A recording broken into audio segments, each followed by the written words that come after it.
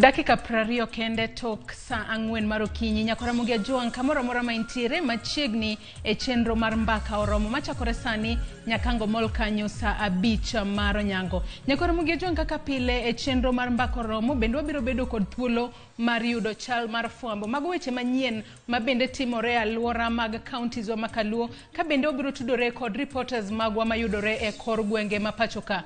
Nyakora Ramogi Ajuang mana kaka ing'eyo dong mana ndalo 77 kende to piny Kenya dhie debe. Duol matayo weche mag yiero e pacho kae IEBC osechako keto ikruoge makoni kod kocha mar neno ni yiero ma higani mabende biro bag kanyo kochopo tarik 9 dwe mar 8 higani otim e yo maber kendo e yor ratiro maonge chochni mora mora. Mane momiyo jotend migepe mopogore opogore osewuok oko yanga mar jiwo arita kwe e kor gwenge ma pacho kae ka bende ginyiso jochung' malaro kombe mopogore opogore pacho ka mar mondo mi kik gikel koko kata kik ginyatulo e kinde mag yiero kata e kinde mabende piny Kenya ikore ne dhi yiero. E kaunti ma Homa Bay bende okodong' chien. Commissioner e kaunti ma Homa Bay mano Moses Lilan bende koro nyiso jochung' malaro kombe mopogore opogore pacho kae ni gineni giketo arita kwe makare ka bende osiemgi ni kik gineni kata kik gikel tulo mora mora e kinde magitimo campaigns e kaunti ma Homa Bay. Reporter marwa mayudore e kaunti ma Homa Bay mano Alia Beach notimonwa sigana moro mano kaka jotelo mochung' ne arita e kaunti ma Homa Bay oneno ni gidwa jiwo chal mar arita kwe e kaunti ma Homa Bay mano motelo ne yiero maduong' ma higani. We wawinjane gima ne giwacho.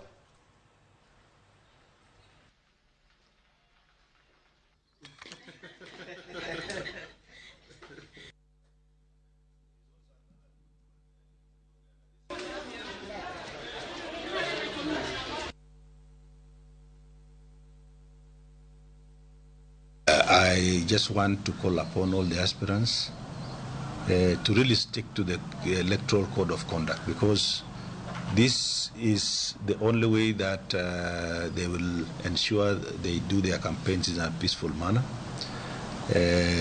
We already have the county multi-sectoral elections preparedness forum that has been bringing together all the stakeholders within this electoral process.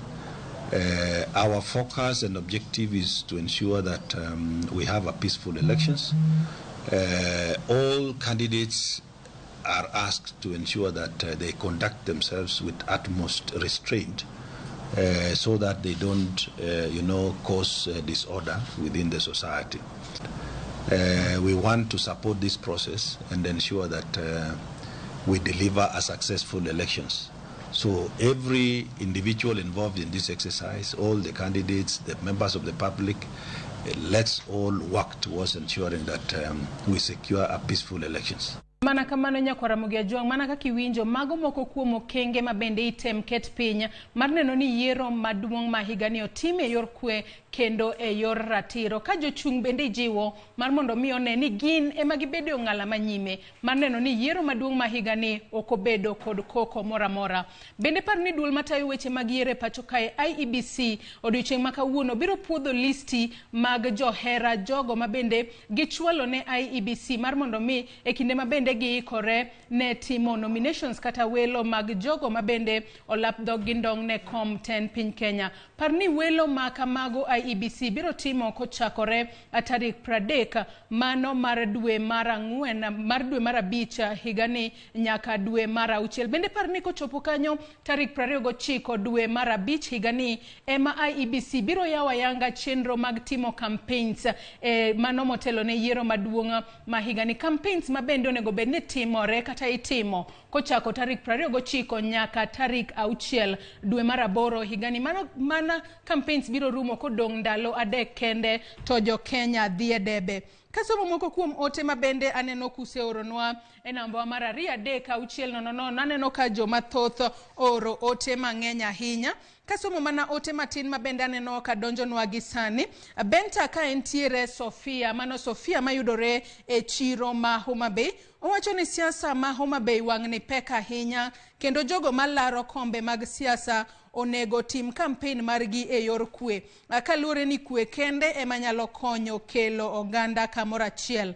Erokamano ahinya kuom ote machalo kamano. Awiti Brenda wacho ni keto arita kwe en gima ber kendo ochako mana kod ini wuon. Kik bed ni usebedo kudak maber kod jirani mari to kango chopo ndalogo mag campaigns to koro udhao. Jo Kenya wabed marieka kendo waket mbele weche mag kwero kamana ahinya. Ote ogik mabende anyalo kawo thuolo magik mar somo en ote mar Brian ka entiere gwengego mag Karachuonyo. Embe wacho ni josiasa onego bed ni ema chiwo ranyisi maber kuom jopiny. Kowacho ni jasiasa nyalo bedo ni wuondore ato ka gidhi apanda to giwuoyo e yo makare. Koro jo Kenya oti kod ranyisi maber, giherre giwegi ma ok giwinjo gigo ma jo siasa wacho. Erokamano ahinya kuom ote mabende podi umedoronwa.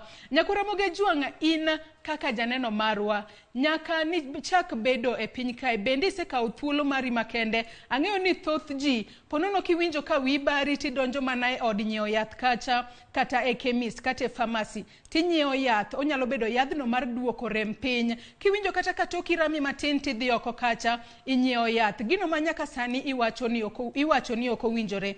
Mane momiyo ripota marwa Judith Omondi bende otimonwa sigana moro mano ma utudore kod yorego mag bende jomoko ponono tiyo maricho kata tiyo marach kod yedhego mag kweyo kwe. Wawinjane gima nowacho.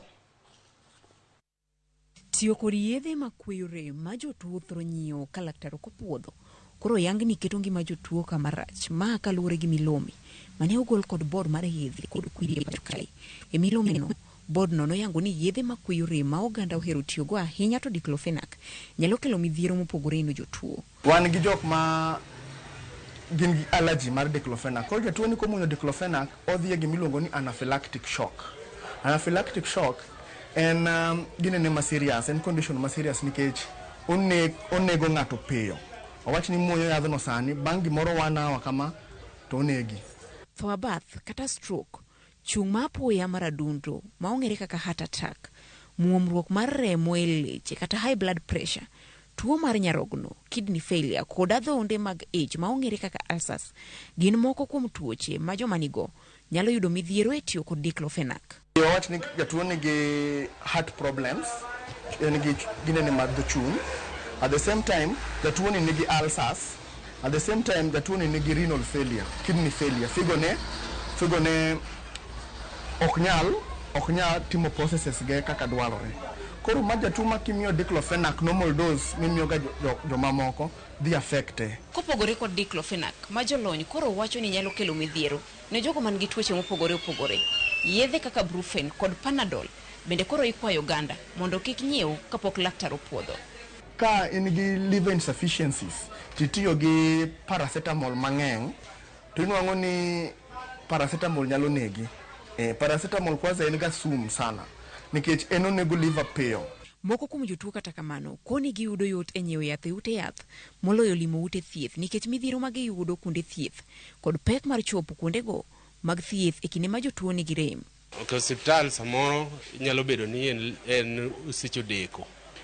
Koro ka ringo nikech kemesi ni machiegni anyalo yudo yath manyalo konyo godo mane ero ka nikech osiptal nyalo bedo ni mabor. Osiptal entie process mang'eny mondo kwanza nyak gidhi gicheki kasto gisuggest like the medicine of which you must use. Jogo ma uso yedhe ne jotuo koro ni kod ting' mar nono jotuo kapok gichiwo yath moro amora. Ma biro neno ni jatuo tiyo kod yath ma owinjore kode kendo ma ok nyal mede midekre. Kapok iuso ne yadhni, nyaka ing'e ni jatuo ni history ne chalo nade. Systems ge ma obogi gi figo gi dho chunye gitiyo ga nade. Mago nyaka ikaw history mar jatuo. Judith Omondi, Ramogi TV, Nairobi. Nyakwa Ramogi Juang, mana kaki winjo report mabende okelnwa kanyo kod jafwambo marwa Judith Omondi. Ok ber kitiyo kod yedhe makweyo rem oyaye ma ok omiyi duoko kata ok omiyi guidance maber mabende onego bed ni miyi kod daktari. Ng'eni samora mora ma ponono intiere kod rem kata intiere kod wich bar neni chopo e od thieth iyudo kony mar daktari mar mondo mi ondik ni piny yath makare monego bed ni tiyo godo kaluwore ni tiyo kod yedhe makweyo rem haoyae ma daktari okonyisi nyalo miyo dendi koro nyalo kata ok nyal yedhe makamago nyalo ng'iye dendi makoro kata kitiyo kodgi to kine lokruok mora mora. Kasomo moko kuom ote ma bende aneno kuchwalonwa e Facebook kacha, ote aneno ka ng'eny ahinya, kata kamano wanyalo mana somo moko kuom ote muoronwa gi lak sechegi.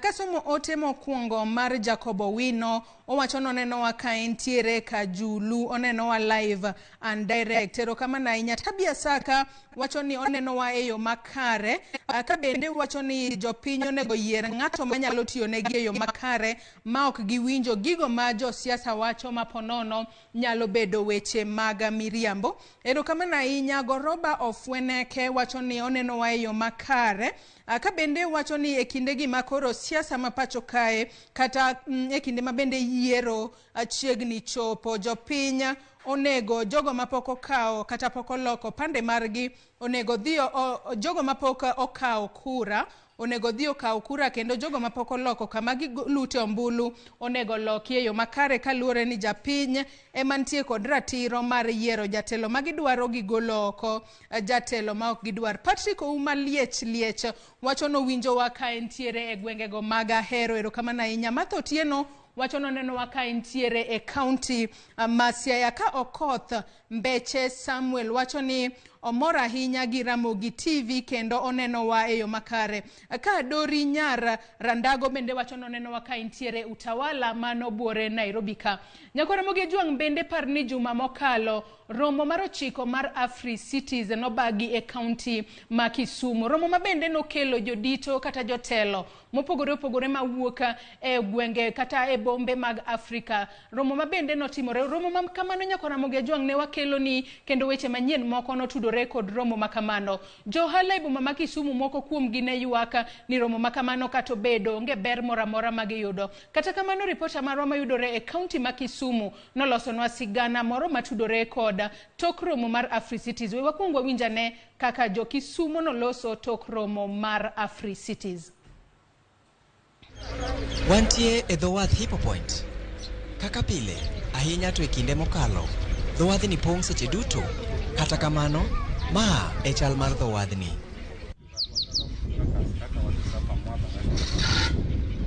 Kombe ni lilo, welo onge, dho wath oling' kendo ji otho mana dich. Waromo gi Morina Chieng' Ogango, kare mar ohala ma oseloke higni 7. Odhi nyime gi loso chiemo, kata obedo ni welo to onge. Penjowa mokwongo en ni geno mane ma jo ohala ma dho wadhni ne nigo motelo ne romo mar Afri Cities. Wan gi geno mang'eny ko ang'eyo ni Afri Cities dhi timre ka nonyisowa ni welo dhi biro ma bi limwa nyaka kuondegi from other countries. Wadhi bedo gi welo mang'eny, to ne wan gi geno mang'eny ahinya ko ang'eyo ni wadhi timo biashara mopogore kaka watimoga pile pile. Oleronwa kaka ohala ne chal e dho wadhni, ahinya to e kinde manyocha romo mar Afri Cities dhi nyime. Kanochopo chieng' Afri City no welo kwane tich olal, koro wana gi kuyo kod jomoko bende koro chuno ni dhi chulo loan to gimitimo godo to onge. Jo ohala weteni maloko e dho wadhni kendo matimo ohala mopogore opogore bende miyowa pachgi. Ok waneno gima konyowa godo kata matin, nikech onge kata wendo mosedonjo kae mowuok kuchocho. Achiel manyocho waneno ka nyocho biro to en gi bodyguards tidhiri ni kanyo ok dwa nenie.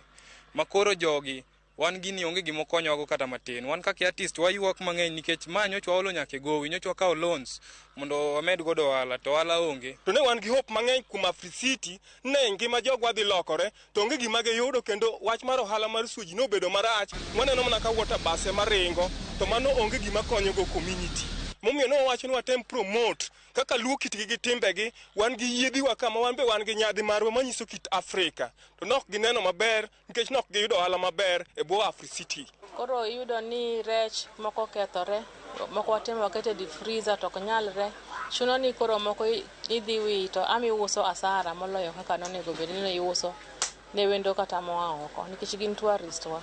Bang' kwano lal gachiedh nade makoro chiko gi tok rumo mar Afri Cities, johala gi koro nigi ywak mopogore opogore. Kwayogo biro mana ka koro romo mar Afri Cities oserumo, kendo koro gigeno ni kwayogo biro mana medo jiwo ohala mag alwora mag dho wedhe e alwora mar Nam Lolwe. Giteme lando advertisement kuonde aina gi like Lake Victoria, magawa wa matindo tindo gi bende gilando no mondo at least jogo bed gi knowledge ni nitie gik moko mabeyo chien koni be. To next time ka gitimo gira ilani to agombo ni mondo gi involve the local people or the local artist. Ya mondo wambo awinje maber kaka giwinjo maber nikech gini ok obiro ne jotelo go kendgi, gini obiro nwa. Weche ohala ma dho wedhe molworo Nam Lolwe nyalo jiwo mokalo chenro mag limbe e alworano. Ponited County gi mano mamalo nyalo biro jiwo okenge mag ohala kod bero alwora mag dho wedhego. James Okoth, Ramogi TV. Mana kamano nyakwa Ramogi Ajuang, mana kaka iwinjo mago duonda jodak e kaunti ma Kisumu tok romo mar Afri Cities ma bende notimore e kaunti ma Kisumu. Romo manotimore chakre tarik 17 nyaka tarik 21 dwe mar abich higani. Jopiny e kaunti ma Kisumu ne nitiere kod geno mathoth ni Afri Cities biro kelo negi ber mathoth. Kata kamano uwinjo kendo ng'ur margi kata gigo magiwacho tok romo mar Afri Cities. Kasomo moko kuom ote ma bende pod yaneno kumedo chwalonwa e Facebook page marwa kama wantiere live. Josephat Wuode Ligala Ochieng wacho noneno waka entiere Kayole Matopeni Boston ero kama nainya. Oyando Wycliffe wacho ni good morning asedonjo chon kendo awinjo umakara entiere Kisii branch mano e county ma Kisii. Minzonia neno waka kapile ka entiere Kalangi. Josephat mana Olenyo Zig Zaglar wacho ni oneno wa okongiswa noneno waka entiere kanye. Steven Oyando bende wacho no senono wa kendo sedonjo e chenro kaka pile ka entiere Kisii town. Ka Anyanga Makapio Jagogo Katuma wacho no sedonjo kendo owinjo waka entiere Gogo Katuma oneno wa live ka entiere kuro. Rolex Odhiambo wacho no neno mbaka oromo malera kendo makare ka entiere Mombasa. To wacho ni achwel mana ote Calvins Obonjo ka entiere Kisumu. Ero kamana inya kuom ote makamano. Elisha Ochola bende wacho noneno waka entiere e county ma Isiolo. Nyakwa Ramogi Ajuang kaka pile e chenro mar mbaka oromo wabedo kod thuolo mar tudruok kod reporters magwa mayudore kor gwenge ma pacho kae mar mondo mi ginyiswa gino magiluonwa kata weche manyien magiluonwa odiochieng' ma kawuono ka achiel kod nyisowa gigo matimore e kor gwenge ma pacho ka. Gie thuolo ni nyakwa Ramogi Ajuang adwani watudre achiel kachiel kod reporter marwa mayudore e county ma Homa Bay mano Alia Beach mondo nyiswa gima timore. Alia Beach kinyalo winja ang'o matimore Homa Bay okinyi ma kawuono? Alia Beach ichiw nade e county ma Homa Bay kono to inyalo mana nyisowa ni intiere kanye to ang'o matimore kama intiere Alia Beach? Alia Beach, Homa Bay County ochiw nade watemo tudri kodi eyo makare ageno ni winja eyo makare sani Alia Beach ang'o matimore kama intiere okinyi ma kawuono e county ma Homa Bay? Ayudi makare antiere Homa Bay kandi kama jotich mag piny owacho matiyo e sirkal ma Homa Bay kandi gisebedo gi ywak ka gibandho osara ma dwe mar ang'wen ma pok ochule nyaka sani. Kaka ng'eyo jochiw thieth e kaunti ma Homa Bay kandi nodhi e ng'anyo ma sani koro osekawo jumbe 2 ka gibandho chudo mar osara mar dwe mar ang'wen ma bende oserocho mokalo yore mag thieth e kaunti ma Homa Bay kandi. Ka odiochieng' ma kawuono jotich mamoko matiyo e piny owacho ma Homa Bay kandi e bwo riwruok margi mong'ere ni Kenya Union of Civil Servant bade ma kaunti ma Homa Bay kandi juma mokalo ne ogolo notice ne kaunti ma Homa Bay ka gidwaro mondo chulgi osara mar dwe mar ang'wen mane giwacho ni kochopo tich abich juma mokalo kane pok ochulgi to odiochieng' ma kawuono ne gibiro luongo ng'anyo ma jotich te matiyo e piny owacho ma Homa Bay kandi bro bedo ni koro gibolo gigi mag tich piny kendo gidok dala ka gibandho osara mar dwe mar ang'wen. Inyalo neno ka ndi mokuom jotich kosani koro okawo ng'anyo margi ka gidwaro mondo sirkal ma Homa Bay County kandi ochulgi osara mar dwe mar ang'wen gi ka an kod moko kuom jotelo mag riwruok ma jotich e kaunti ma Homa Bay kandi mwadwa penjogi kaluwore kod wach ma gin go e weche masani koro gidhi nyime kod ng'anyo ka gisundo sirikal ma Homa Bay kandi mondo chulgi osara mar dwe mar ang'wen. Machiegni ibiro chako gi nyingi ting'iyo sani kaka jotich ma Homa Bay kandi gin ang'o gini mobandho masani koro miyo yore mag tich ok dhi makare e kaunti ma Homa Bay kandi machiegni. Erokamano ahinya, wakawo thuoloni makende mar gone jotich mar Homa Bay County mos ahinya. An gi nyinga iluonga ni Tom Akech, achung' ne jotich mar piny owacho e Homa Bay County. Tadwa wacho ni jotich mar Homa Bay County osebedo now for 2 months kapok giyudo msara. To msara ema konyo jotich sama gidok kata miege. Nyithindo nyocha nodhi skul makata skul fee nok wachulo, to kendo sani giduogo noseriembgi giduogo gine udi. Nyakora Ramogi Ajwang' weche matimore e kaunti ma Homa Bay pod wabiro medo luonu machiegni kendo wabiro medo tudore kod reporter marwa Ali Abich. Gie thuolo ni wadwa dhi nyaka Bomas of Kenya mar mondo mi wawinj gima Chebukati wacho. The question of their academic qualifications from the Commission for University Education before the registration date. Please come, if you have foreign degrees, come with a certificate from the Commission for University Education, or when you come for registration from the 29th of May. And the Commission has already submitted your names for those who applied for, who submitted as aspirants to the Chapter 6 institutions, that is the ESCC and ODPP, for purposes of obtaining details of moral and ethical requirements. Now, that information then will be used by the Commission for purposes of clearing of candidates. Candidates will also be required to subscribe and adhere to the Electoral Code of Conduct, whose breach constitutes an election offense under Section 22 of the Election Offences Act. I also want to remind you that today, as I said, we have dates between 29th May to 6th of June. Scheduling will be done by our staff. You can pick a day which you are comfortable with. And when you come on that day, please bring with you your campaign schedules, which if you are cleared to run, then we shall, as a commission, harmonize the campaign schedules because we require them to harmonize so that there's no conflict in your campaign schedule arrangements. So in conclusion, I just want to point out that we urge you to familiarize with various requirements of the law that govern the electoral process to disqualification for non-compliance. The Commission runs an open-door policy and is readily available to offer any clarification sought by candidates. It's our hope and expectation that candidates' campaign shall be peaceful without engaging in acts of violence, intimidation, and undue influence. In the same breath, it's expected that any breach of electoral laws will be firmly dealt with by institutions charged with the administration of justice, including the National Police Service, the ODPP, and the Special Magistrates Courts, which have been set up by the Honorable Chief Justice to address electoral offenses. Finally, I wish all aspirants and would-be candidates all the best in the contest, and may the will of the Kenyan voter prevail. Thank you very much.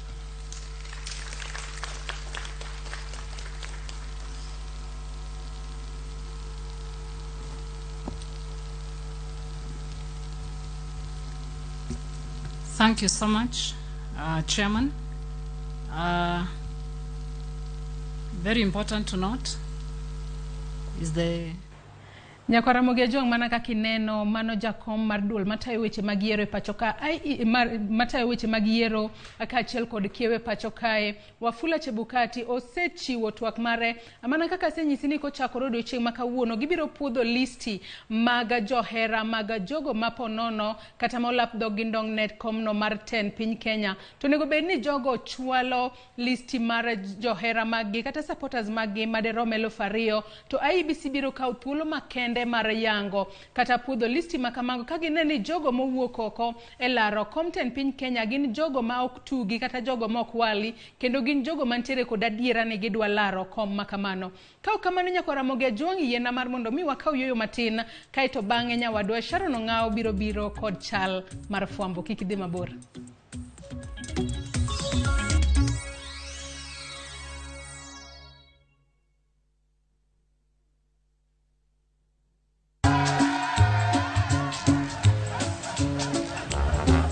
Niaje, unajua juzi nilisikia kuna politician fulani alisema kitu controversial sana, lakini si unajua vile watu saa zingine upenda kuongeza chumvi kwa story. Mimi nilikuwa nataka kujionea mwenyewe nisidanganywe. So ngoja kiasi.